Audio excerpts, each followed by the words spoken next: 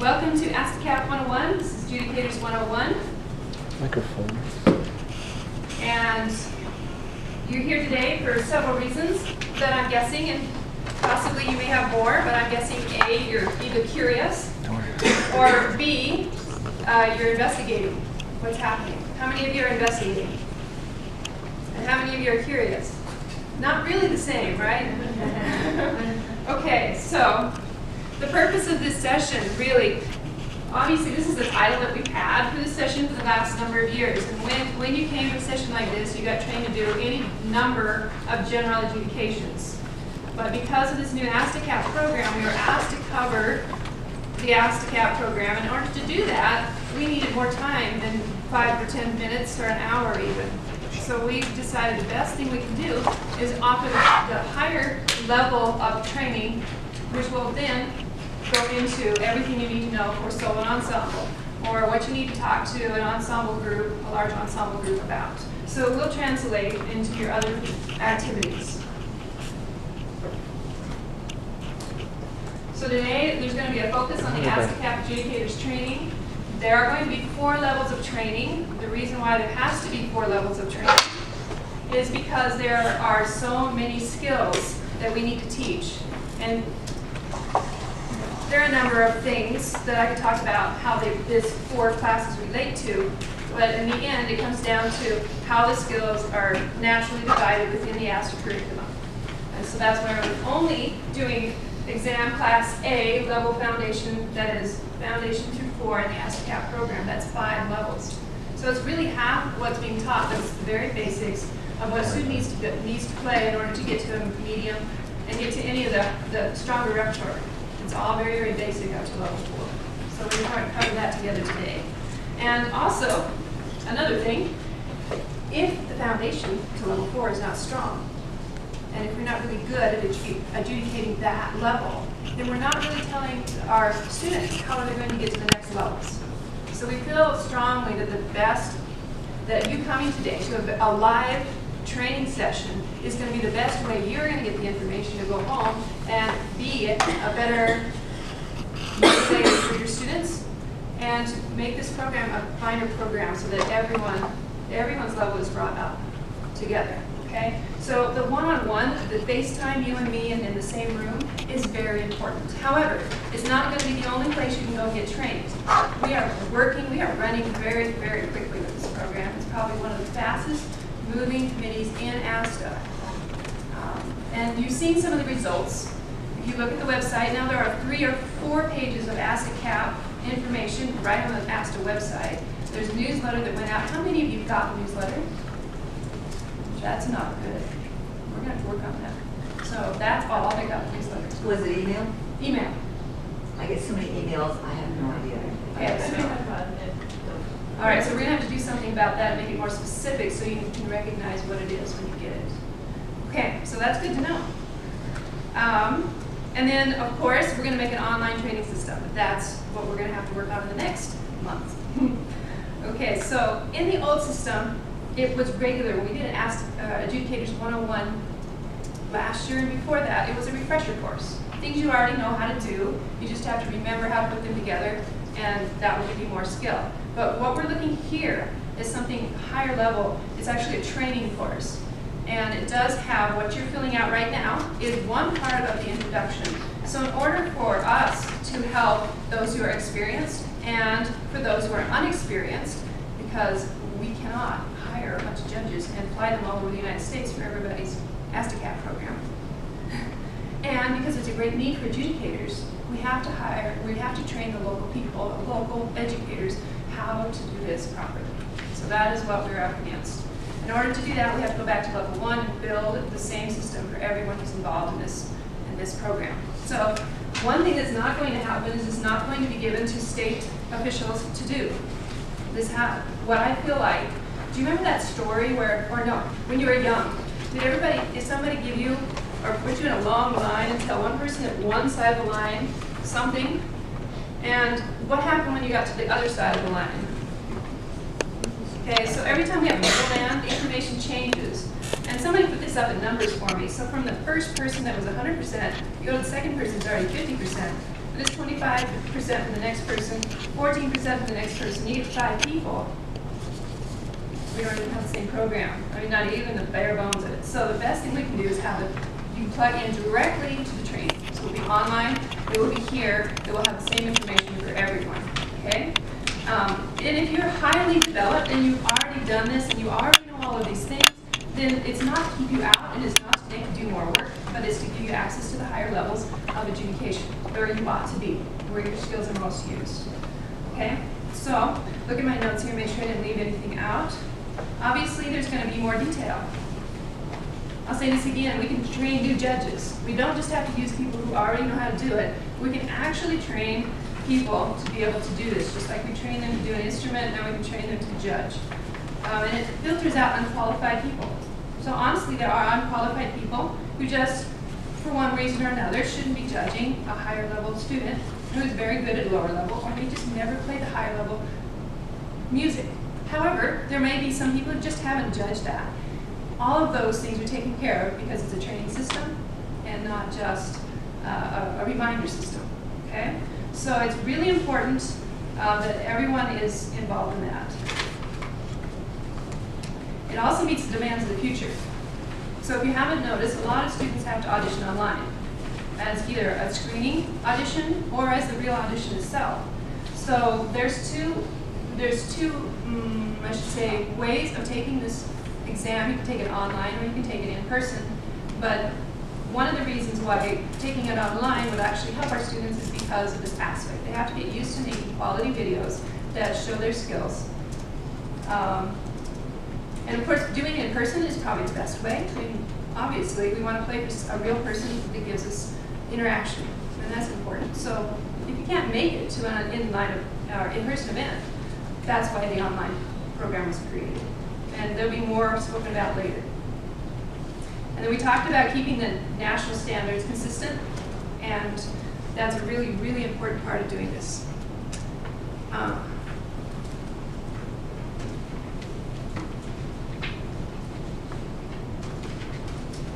Okay, so people in the back are going to use the microphone, I'm sure.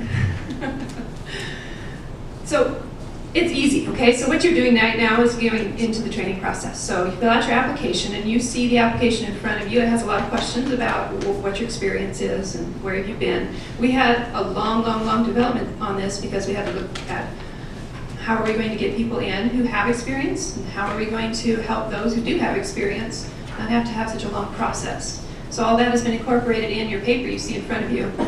It's fairly simple. And then in a few minutes, we'll be able to take a pretest. And like all pretests, you weren't supposed to study, so don't worry. If you were able to look at the handbook, you might know a little bit more than someone else. But we do that on purpose because we need to find people who know the program. We don't have time to teach the program from scratch. The program really needs, the ASTACAP program kind of needs to be read, and there's a bunch of information out there, and that's, can be used. So the pretest is there, and those two things together are the filter system and also the help system. If you're highly qualified, that gets you a step up the ladder quickly. And then we're going to do specific instrument training. We have decided, and it's very important, that violas and violins should not be trained together because they're not the same instrument. Okay? I know there's a lot of people who teach both, and I do too. But the same techniques and the same approaches are not always compatible on those two instruments. And cello and bass, not always compatible. In fact, even less so, right? So we feel strongly, and we're going to keep working. There's going to be Harp coming on board, and Greg, I'm going to work on this as long as I'm in this position. We're going to get some guitar stuff going, okay? Because we need it. Okay, so anyway, so the training system is going to be very specific. We had a great recording session. We had all the instrument. So I can say there's been about 10,000 hours put into this program before we showed up today. And this morning, there's been about 50 hours logged in and making recordings to go on the online system. So this is a great system. This is a great program, and we're here for you to make it as valuable as possible.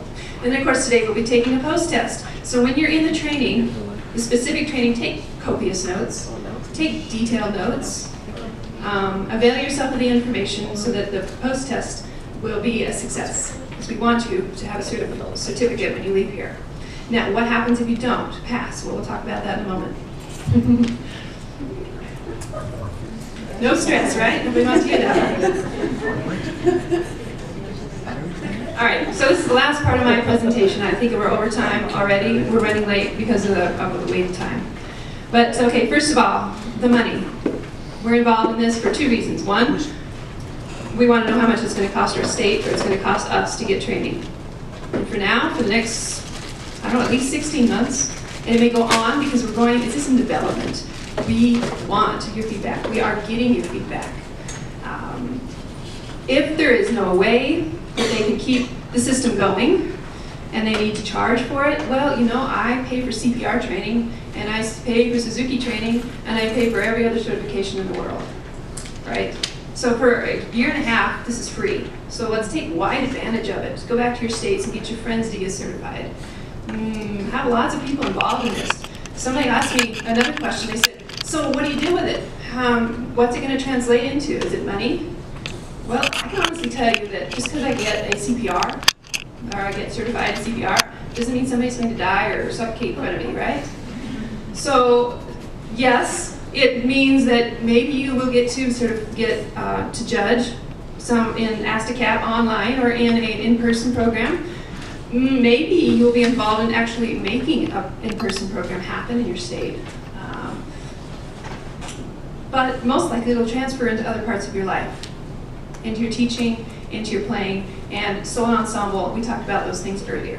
Okay, so it's going to help all levels. Now, we don't know, because unfortunately, you know, ASTA has lost its executive director right now, and they're looking for another one, which means everything in numbers is in the air. So what you're going to get to be an online adjudicator, I can't tell you a specific number, but I can tell you that, yes, there definitely is some kind of reciprocation for getting this training in some way. All right, so this grandfathering, I think we should just This forget. is Kelly Johnson. I am the chairman for the ASTACAP committee in 2014-2015, and I was needing to fill in some of the things that were missing in this video that you're watching. So let me do that. When the video was taken, there were some breaks, and you can hear everything on the audio on somewhere. Below here, there's going to be a link below this video to the audio, and you can listen to the whole audio. But let me fill in a few things since there are missing parts. First of all, grandfathering. We can't technically say there is grandfathering in the new system, but we have considered the fact that there are people with experience, with extensive experience, that should be going quickly to the program. What we have to do is train everybody, because it is a different program and because of the online system and the new rubric. Everybody needs to go through the training. But this training can be accelerated for those who are very experienced, and how that will work is simply take the pretest and do the application, and you will be recognized for your expertise.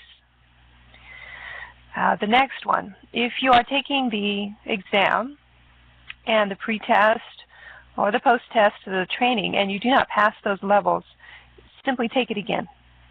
What we want you to do, though, is if it is because you did not read the handbook, please do read the handbook.